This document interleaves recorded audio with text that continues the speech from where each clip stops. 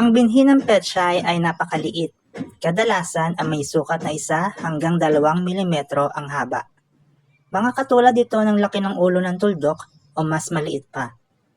Kaya, madalas itong kailangang ihiwalay ng maingat kapag itatanim.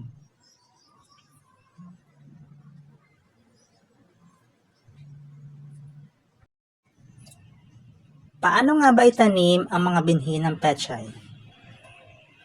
Ang mga simpleng hakbang para itanim ang binhi ng pechay. Bilang 1, ihanda ang lupa o paso.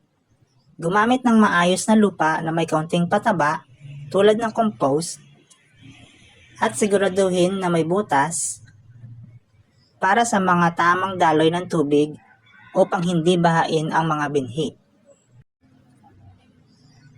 Bilang 2, itanim ang binhi.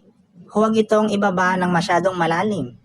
Ilagay lamang ng 1 hanggang 2 sentimetro ang lalim o kahit na ibuhos lang ng marahan at takpan ng manipis na sapi ng lupa.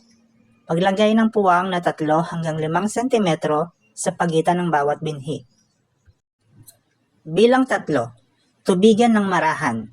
Panatilihing basa ang lupa ngunit huwag sobrang-sobra.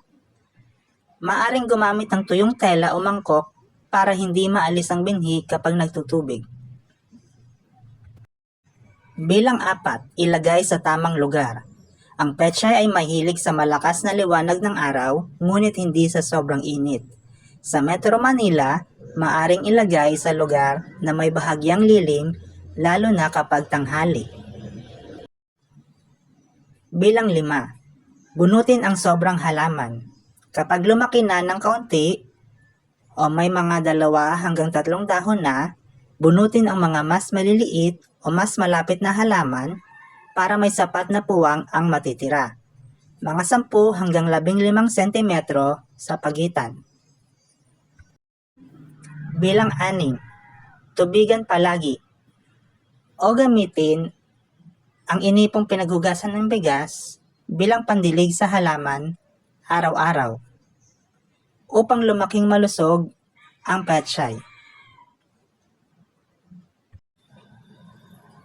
Para mabilis silang tumubo, siguraduhin mong hindi sila nakatayo sa sobrang init ng tanghali, lalo na kapag mainit na dito sa Maynila. Ang pechay kasi ay mabilis lang talaga lumaki. Makikita mo na kaagad ang pagbabago sa loob ng ilang araw.